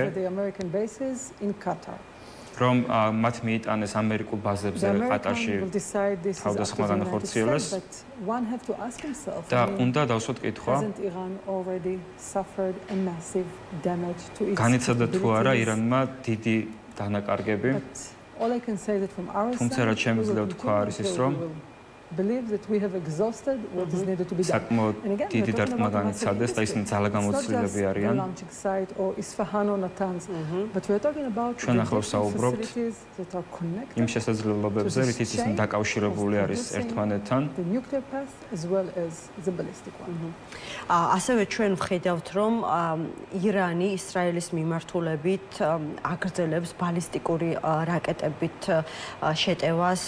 მე შესავალ ტექსტში მქონდა რომ დღეს დილიდან ისრაელის როგორც ჩრდილოეთ ისე სამხრეთ ნაწილში მუდმივად ისმოდა სირენების ხმა, ვიცით რომ ელექტროგადამცემის სადგური დაზიანდა დაახლოებით 1000 ადამიანი ელექტროენერგიის გარეშე დარჩა, თუმცა ადგილობრივი ხელისუფლება ამბობდა რომ ისინი მზად იყვნენ აი ამ რისკებისთვის და ძალიან მალე შეძლებდნენ აღდგენას. თუ შეგიძლიათ მოგვაწოდოთ ინფორმაცია როგორია ირანის სარაკეტო შეტევების შედეგად დაზიანებული ინფრასტრუქტურის შედეგი და მსხვერპლისა და დაჭრილების შესახებ ინფორმაცია. Thank you. So unfortunately 24 casualties since the beginning of this. 24 დაშავებული და დაღუპული უბრალოდ და ასობით არის დაზიანებული ამ თავდასხმის შედეგად. თითოეულ თავდასხმას one or two buses full with explosive. და ამას მოყვება აფეთქება ავტობუსების. Missile of this kind is hitting directly hitting. თავდასხმები პირდაპირ გამიზნული არის სახლებისკენ. The amount of the destruction because of და ეს იწვევს დაზიანებას. და ამავდროულად ჩვენ საუბრობთ ასობით თავდასხმაზე. And we are talking about ასევე საუბრობთ less than 20 direct hits in facilities in Israel. 20 მეტ დაზიანებას სხვადასხვა მნიშვნელოვანი შენობის მხოლოდ ამ კვირაში. ერთ-ერთი მთავარი საავადმყოფო დაზიანდა ისრაელის ამ თავდასხმის შედეგად და სამოქალაქო საზოგადოებას დიდი ზიანი მიადგა. There were no casualties. და არ ყოფილა ადამიანური მსხვერპლი ამ შემთხვევაში. Also some miracle always. I'm not ruling it out, but at the end of the day it's a very advanced ჩვენ წინ მივიწევთ და გვაქვს თავდაცვის სისტემები. ერთად ჩვენ შეგვიძლია ადამიანები თავშესაფარში არიან. იმ შემთხვევაშიც კი თუ მათი სახლები დაზიანდება. შედარებით რა თქმა უნდა თითოეული დანაკარგი მძიმე არის და ის არსენალი რომელსაც იყენებს ირანი ჩვენ თავდაცვის სისტემები კარგად მუშაობენ ჩვენ ვცდილობთ მინიმუმამდე დავიყვანოთ დაშავებულების და დაღუპულების რაოდენობა ერთ-ერთი დაღუპული წინაკვირას ის იყო ასაკოვანი ადამიანი რომელიც ჰოლოკოსტს გადაურჩა და ის ემსხვერპლა ამ თავდასხმას ირანის. კი ბატონო, ქალბატონო ხადას ასევე რა თქმა უნდა ომში ყოველთვის არის აქტუალური შეკითხვა, როდის შეიძლება დაისადგუროს მშვიდობა. მშვიდობა დგება მხოლოდ მაშინ, როდესაც ორივე დაპირისპირებული მხარის სურვილი არის წინაპირობა ჯერჯერობით არ ჩანს. ასეთ ვითარებაში ანალიტიკოსები რამდენიმე მოვლენების განვითარების რამდენიმე შესაძლო სცენარს ავითარებენ. ერთი რომ აიათოლას ხელისუფლება მიხვდება, რომ დღის წესრიგში არის საკუთარი თავის გადარჩენა და უბრალოდ წავა გარკვეულ კომპრომისებზე. მეორე სცენარით მე მგონი უკვე ნაწილობრივ ახდა რომ ისინი დაარტყავენ ამერიკულ ბაზებს არაბულ ქვეყნებში და ამით იტყვიან რომ ეს არის გარკვეული შურისძიება რაც ვნახეთ ცოტა ხნის წინ კატარში და არის კიდევ მესამე ვერსია, რომლის ასევე გარკვეული ნიშნები ჩანს, რომ აიათოლა შეიძლება წავიდეს მოვლენების სრულ ესკალაციაზე, მათ შორის ჰორმუზის სრუტის ჩაკეტვით და ასევე არაბულ ქვეყნებში განლაგებული ამერიკული ბაზების განადგურებით. აი ძალიან საინტერესოა, რომელი სცენარისთვის არის უფრო მზად და ემზადება ისრაელი. Israel is getting ready to reach that. I cannot tell you which scenario will happen. ვერ გეტყვით რომელი მოხდება, თუმცა რაც შემიძლია ვთქვა არის რომ ეს არის დიდი ტანჯვა დანაკარგებით. So one have to think about და უნდა ვიფიქროთ what is best. რა არის საუკეთესო It's people for its ხალხისთვის continuation. I mean all this threatening with closing down the Strait of Hormuz. ფიქრობთ რომ ამერიკელების ჩართვა სამხედრო ოპერაციებში კიდევ გახდება საჭირო? I cannot speak on behalf of the US, but I think that we have heard official statement coming from. I mean, President Trump has been very clear and very consistent for. Trump's ქონდა საკმაოდ მნიშვნელოვანი განცხადება, რომ ის მხარს დაუჭერს ისრაელს. We believe ჩვენ გვჯერა it was a historic decision. ეს იყო ისტორიული გადაწყვეტილება. And they were also very clear, I think, that და მათ გარკვევით განაცხადეს. Their operation was targeted. მათი ოპერაცია იყო გამიზნული. I think that ფიქრობ რომ part of the problem is პრობლემის ნაწილი არის such a radical extremist ასეთი რადიკალური ექსტრემისტული რეჟიმი. აი სწორედ რეჟიმის ცვლილებასთან დაკავშირებით მინდა კითხოთ, ანუ ერთი გაცხადებული მიზანი ისრაელის არის დეკლარირებული, რომ განადგუროს ირანის ბირთვული, ასე ვთქვათ, პროგრამა, მიზნები და პოტენციალი. მეორე გაცხადებული მიზანი არის აღარ გესმით.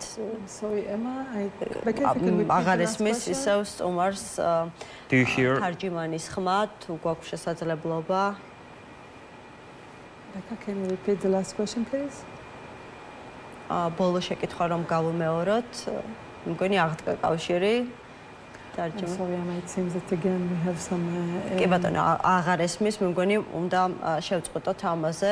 ძალიან დიდი მადლობა მინდა გითხრათ თქვენი სტუმრობისთვის ჩვენს გადაცემაში და მიიღეთ ჩვენი მხარდაჭერა. მადლობა. ჰადას მეიცადი, ისრაელის ელჩი საქართველოში იყო ჩვენი გადაცემის სტუმარი. რეკლამის შემდეგ ანალიტიკოს ზურაბ ბატიაშვილს მოვუსმენთ.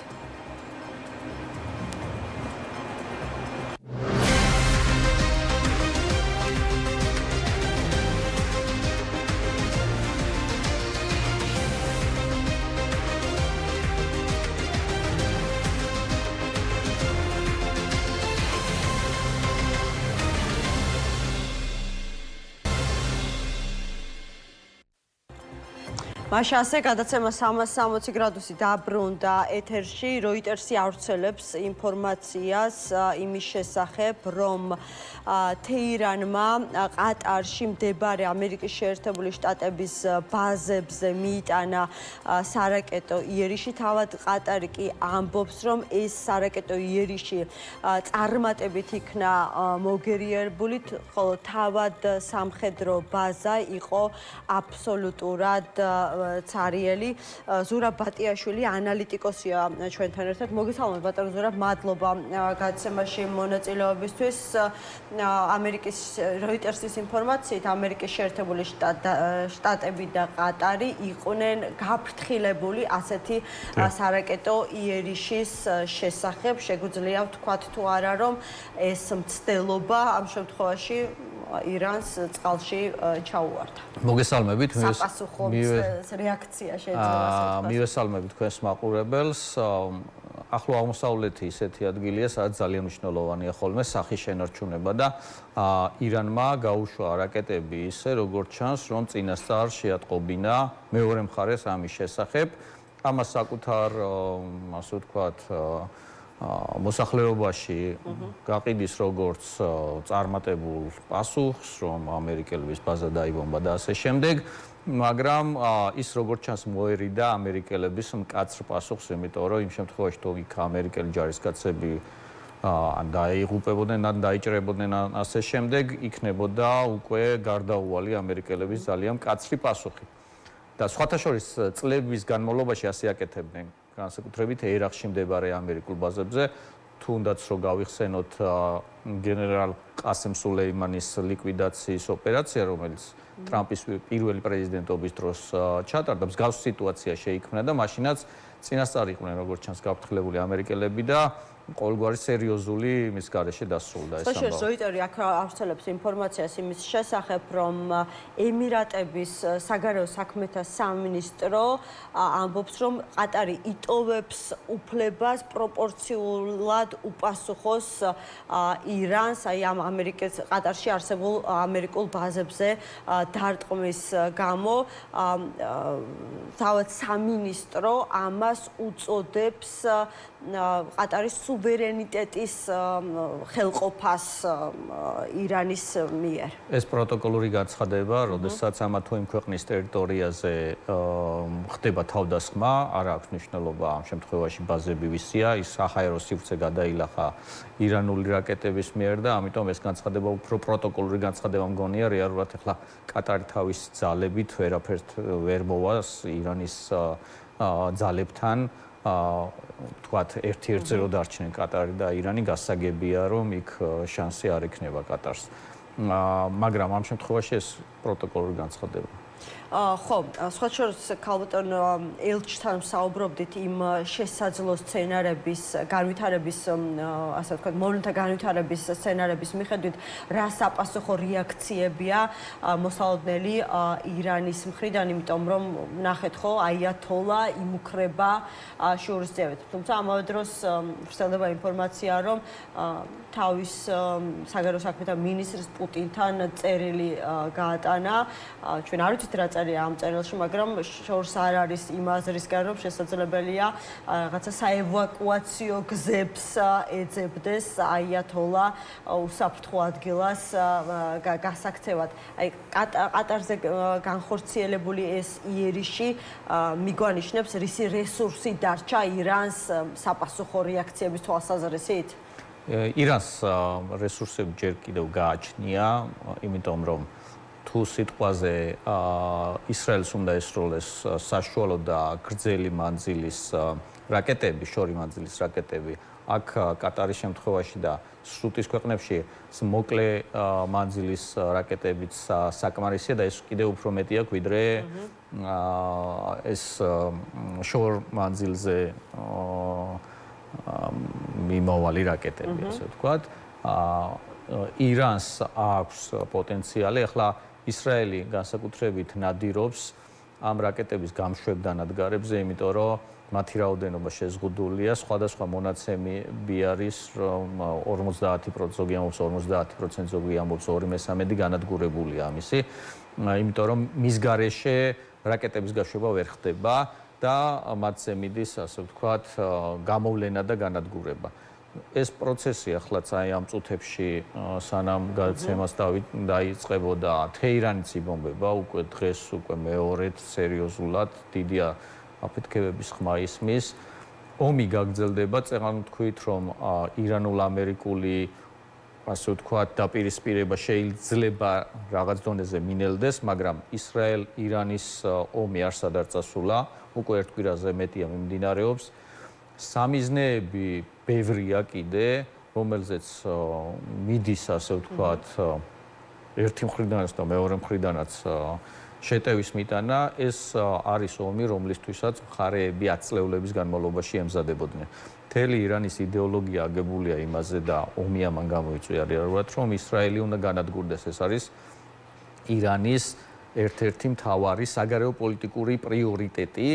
ისრაელს არც აღიარებენ, სიონისტურ წარმონაქმნად აღიარებენ ოფიციალურად და მისი განადგურება არის მიზანი. და როდესაც ისრაელმა თავის სადაზვერო მონაცემებით ნახა, რომ ახლოს იყო ბირთვული იარაღი შექმნასთან და ბირთვული იარაღი რა არის, რომ ამ რაკეტაზე შეიძლება დაამაგრო ეს ბომბი და გაუშვა ისრაელის მიმართულებით შეიძლება რამდენიმე ცალი, როგორც ამ ომის შემთხვევაშიც დავინახეთ, უბრალოდ გაეპაროს საჰაერო თავდაცვის სისტემა ხომ არ არის 100%-იანი და ისრაელი თავის ტერიტორიით ძალიან მცირეა და ერთი ბომბის ჩამოგდებაც ატომურ ბომბს გულისხმობ, ფაქტურად დასასრულს ნიშნავს. ამიტომ ის წინსწრებად მუშაობს, წინსწრებად მოქმედებს.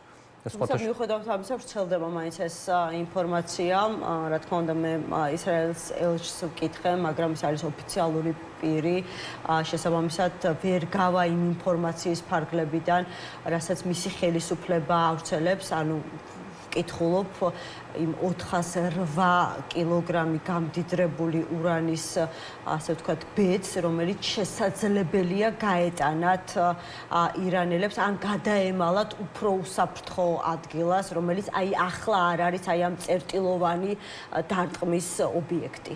მაგაზე პრემიერ-მინისტრმა თქვა, რომ ჩვენ გვაქვს სადაზვერო საინტერესო მონაცემები თუ სადიმყოფებო, რა თქმა უნდა, დეტალებს არ გაამჟღავნებენ, მაგრამ არსებობს ეჭვი, რომ გაიტანეს ეს სიტყვაზე ურანიუმი, თუმცა ამასთან ერთად არის ძალიან მნიშვნელოვანი დეტალები, რომელიც ახლა სპეციალისტებს რო კითხოთ, უკეთესად აღიხსნიან, მთლიანი ამ ობიექტის ევაკუაცია წარმოუდგენელია ის თვეები დასჭირდებოდა ამის გატანას, იმიტომ რომ იქ არ არის მხოლოდ ეს ნივთიერება, ერთი ნივთიერებისგან ხო არ შედგება უშველებელი მთელი ქარხნები და მთელი ისინია, ხო, მოწყობილობები, რომელსაც ერთ და ორ დღეში ვერავინ ვერსად ვერ გაიტანდა.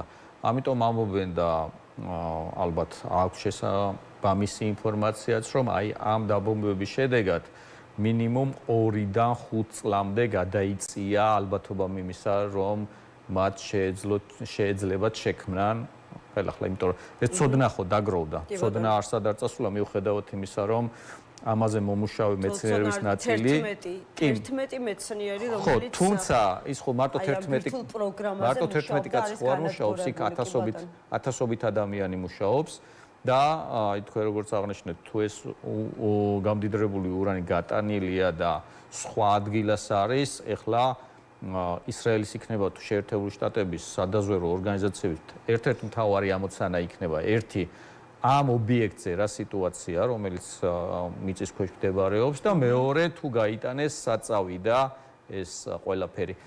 სხვათა შორის ურანი ესეთი რაღაცა არის, რომ მათ შორის სპეციალური აღჭურვილობის საშუალებითაც თუ მაგალითად ეჭვი აქვს სადღაც რო იმყოფება, იმასთან მიახლოებით შეიძლება გაზომოთ შესაძლებელია. გარკვეული დისტანციიდანაც შესაძლებელია დაუშვათ დაადგინო არის თუ არა. თან ამ რაოდენობის, რომელიც თქვენ ბრძანეთ, ეს პატარა მოცულობა არ არის. კიდევ რა ბერკეტებია ირანის ხელში, რომელიც შესაძლებელია ახლა აამოქმედოს ჰორმუზის სრუტე, რომლის ასე ვთქვათ ჩაკეტვასთან დაკავშირებით, როგორც ვიცი, ირანის პარლამენტმა გადაწყვეტილება მიიღო.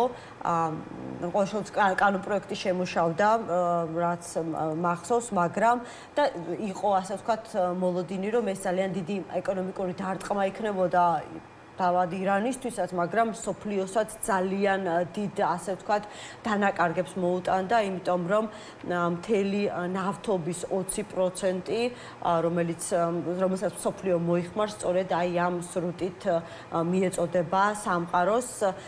გაჩნდა მოლოდინები, რომ ბარელი ნავთობის ფასი პირველ ეტაპზე $100-მდე გაიზრდებოდა და ახლა ვკითხულობ, რომ ნედლი ნავთობის ფასი 6%-ით დაეცა $69.50-მდე და ეს არის ყველაზე დაბალი მაჩვენებელი კვირის განმავლობაში.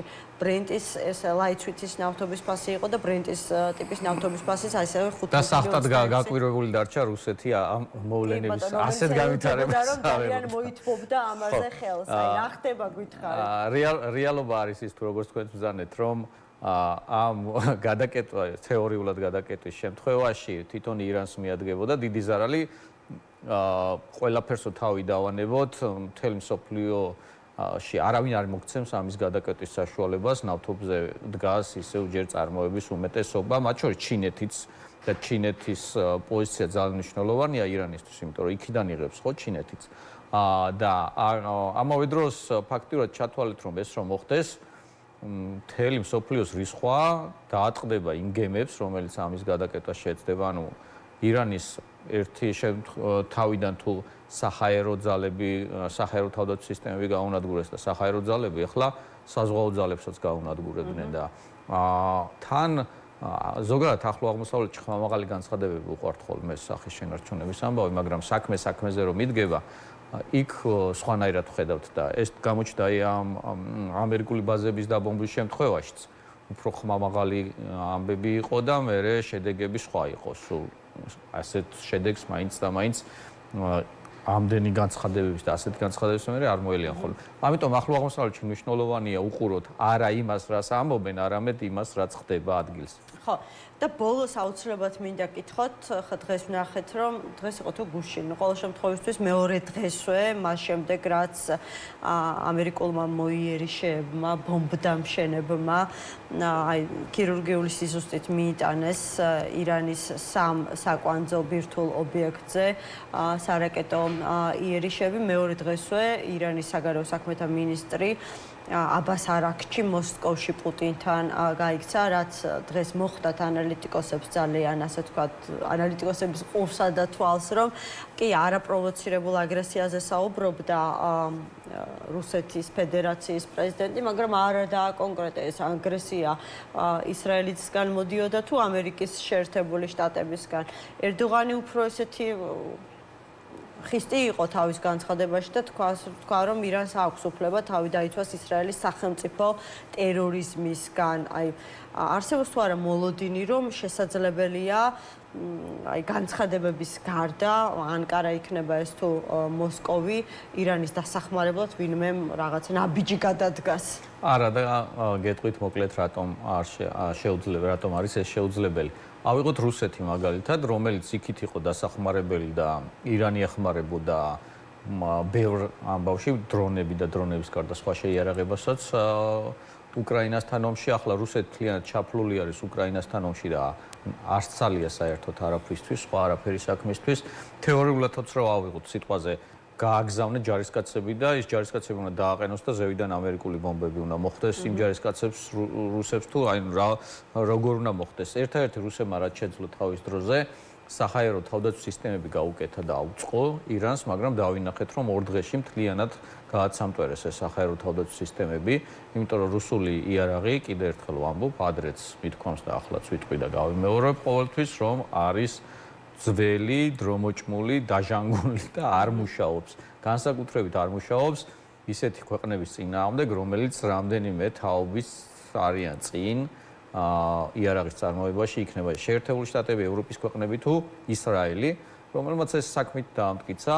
რეალურად რუსეთს ახლა არაფერი ისეთი არ აქვს, არ შეუძლია შესთავაზოს ირანს, რომელიც რამენაირად სამხედრო წინააღმდეგობის გაწევის უნარს გაუზდიდა ირანს. პირიქით ახლა რომ ავიღოთ ირანს უფრო მეტი საშუალებები გააჩნია თუ არ ჩავთვლით ბირთვულ შეიარაღებას ვიდრე რუსეთს, იმიტომ რომ იგივე ეს დრონები, შაჰიდები ირანის წარმოების იყო და ირანელები დაეხმარნენ იქით და აუწყეს ქარხნები რუსეთში ამ დრონების წარმოების.